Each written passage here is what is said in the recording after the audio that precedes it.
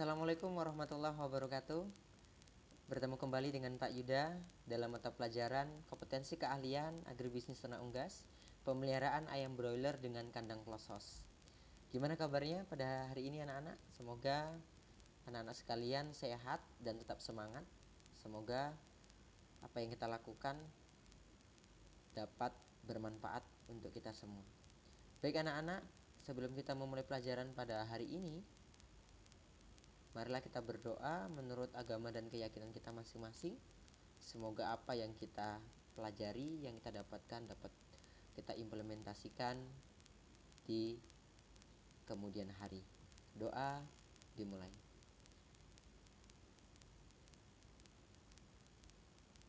Doa selesai.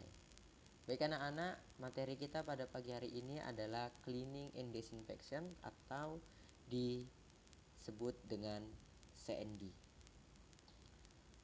Anak-anak, mungkin kalimat cleaning and disinfection atau CND ini asing bagi kalian atau baru pertama kali mendengarnya ya. Tapi sebenarnya kalimat CND ini atau cleaning and disinfection ini sama dengan sanitasi. Hanya saja di beberapa industri perunggasan yang sudah mulai mengarah ke pemeliharaan yang modern menggunakan kandang closed house, kalimat sanitasi kandang sudah mulai diganti dengan kalimat cleaning and disinfection. Mari kita lihat apa sebenarnya cleaning and disinfection ini. CND adalah akronim dari cleaning and disinfection atau istilah sederhananya adalah program sanitasi kandang. Program manajemen pemeliharaan ayam broiler tidak terlepas dari manajemen pembersihan kandang atau yang disebut dengan program CND. Program ini mutlak dilakukan guna membuat kandang steril kembali seperti kandang baru.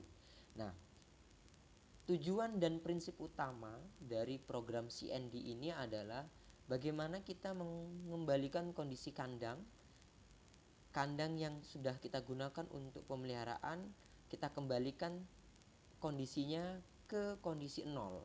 Apa arti kondisi nol? Kondisi nol itu artinya kandang terbebas dari bibit penyakit seperti virus, bakteri, protozoa, insektisida, sehingga kandang benar-benar steril dan bisa digunakan untuk pemeliharaan ayam di periode berikutnya. Dalam pelaksanaan program CND ada beberapa waktu ideal ya nak, yang harus kita perhatikan.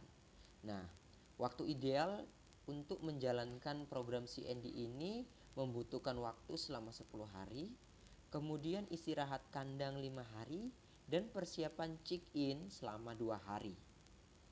Untuk program CND juga pembagian proporsinya cleaning sebesar 90% dan desinfektan sebesar 10%. Artinya program cleaning adalah program yang paling dititik beratkan atau program yang harus kita lakukan dengan bersungguh-sungguh karena tahapan cleaning ini sangat banyak dibandingkan tahapan dari desinfeksi, sehingga proporsinya berbeda. Cleaning sebesar 90% dan desinfeksi sebesar 10%. Untuk melaksanakan program CND ada beberapa bahan atau kebutuhan pokok yang harus kita siapkan terlebih dahulu. Bahan utama atau bahan pokok dalam pelaksanaan CND ini ada 3, yaitu air, deterjen, dan desinfektan. Nah, untuk menghitung kebutuhan air, maka standar atau kebutuhan air untuk program CND ini adalah 4 liter per 1 meter bujur sangkar luasan kandang closed house atau kandang open house. Kemudian kebutuhan deterjen sebesar 4 gram per liter air dan kebutuhan desinfektan adalah 250 ml untuk 1 meter bujur sangkar luasan kandang. Sekarang kita masuk ke tahapan CND. Kalau di awal tadi Pak Yuda sampaikan bahwa proporsi untuk cleaning itu sebesar 90% dan desinfeksi sebesar 10%, maka kita lihat tahapan-tahapan dari kegiatan CND. Nah, yang pertama tahapan cleaning. Tahapan cleaning dibagi menjadi 6 tahapan. Tahapan yang pertama yaitu cuci kering atau basah kering. Apa yang dimaksud dengan cuci kering dan basah kering? Cuci kering atau basah kering adalah kegiatan yang kita lakukan untuk mengeluarkan sisa liter atau sisa pupuk kandang yang masih menempel atau berada di dalam kandang dengan cara disapu atau dikeluarkan sehingga kandang bersih terlebih dahulu dari litter dan sisa kotoran kandang. Biasanya waktu ideal yang kita gunakan untuk melaksanakan cuci kering ini selama 3 hari. Setelah proses tahapan kering atau basah kering ini selesai, maka kita lanjut ke tahapan semprot insektisida. Semprot insektisida bertujuan untuk membunuh serangga atau insektisida yang masih berada di dalam kandang. Biasanya insektisida atau serangga yang sering berada di dalam kandang itu adalah kutu prengki ya nak. Nah ini kutu prengki ini harus segera kita basmi, karena jika tidak kita basmi dia akan sembunyi di bagian lantai kandang, baik itu di sela-sela kayu kalau di kandang open house, atau kalau di kandang close house itu di bagian lubang-lubang lantai kandang yang bolong, yang berlubang, sehingga dia akan sembunyi di situ. Dan nanti ketika proses pemeliharaan berlangsung, kutu prengki ini akan muncul kembali, dan ini yang akan membuat menghambat proses pemeliharaan ayam broiler. Untuk penyemprotan insektisida biasanya kita menggunakan bahan aktif yang mengandung bahan aktif untuk membunuh insektisida dengan dosis 1 ml per liter air. Nah setelah semprot insektisida ini selesai, maka tahapan yang ketiga adalah kita masuk ke tahapan bersih basah atau semprot dengan air. Nah kegiatan semprot dengan air ini atau bersih basah ini kita belum menggunakan deterjen. Jadi setelah tahapan basah kering atau cuci kering, semprot insektisida, maka kandang harus kita bersihkan bersih basah, kita semprot dengan air. Setelah semprot dengan air atau bersih basah selesai kita laksanakan, maka tahap yang berikutnya untuk tahapan cleaning adalah bersih basah semprot dengan deterjen. Kalau di tahapan yang nomor 3 tadi belum dicampur dengan deterjen, maka di tahapan keempat ini kita sudah mulai campur airnya dengan deterjen. Nah untuk menghitung kebutuhan deterjennya, dosis yang kita gunakan adalah 4 gram per liter air. Jadi setiap 4 gram deterjen kita campur dengan 1 liter air, baru kita semprotkan ke seluruh permukaan kandang, baik lantai ataupun dinding kandang. Nah setelah bersih basah semprot dengan deterjen, tahapan berikutnya adalah proses penyikatan kandang. Nah hal yang harus diperhatikan adalah semua kegiatan cleaning ini titik beratnya yang harus dilakukan adalah penyikatan, baik itu di lantai kandang benar-benar harus kita sikat, karena kalau tidak kita sikat banyak kotoran yang masih menempel dan ini akan sia-sia seperti itu. Proses penyikatan kandang dilakukan setelah penyemprotan deterjen dilakukan di permukaan kandang sampai benar-benar bersih.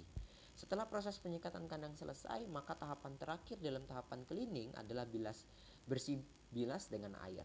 Jadi setelah kita setelah kita singkat, maka kita semprot atau kita bilas dengan air tanpa dicampur dengan deterjen, sehingga seluruh permukaan kandang terbilas dengan air sehingga semuanya bersih. Selanjutnya setelah tahapan cleaning yang ada 6 tahapan tadi, kita masuk ke tahapan desinfeksi. Nah tahapan desinfeksi ini hanya 3, yaitu desinfeksi 1, pengapuran, dan desinfeksi 2. Mari kita lihat apa sebenarnya yang dimaksud dengan desinfeksi 1, pengapuran, dan desinfeksi 2, serta apa perbedaannya antara desinfeksi 1 dengan desinfeksi 2.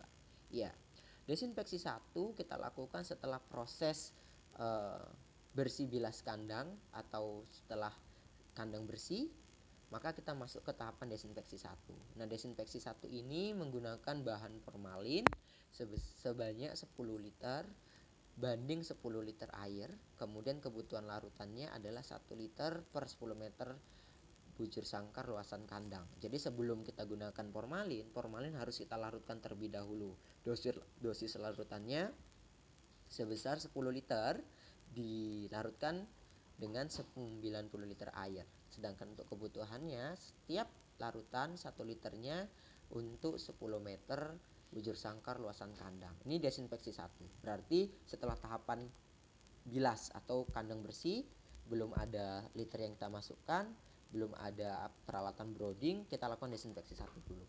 Setelah desinfeksi 1 selesai, maka tahapan berikutnya adalah tahapan pengapuran. Kenapa kita harus lakukan tahapan pengapuran? Ya, karena kapur merupakan bahan desinfeksi alami Fungsi dari kapur adalah menutup pori-pori atau menutup lubang-lubang yang ada di dalam kandang, sehingga kandang akan tertutup ya.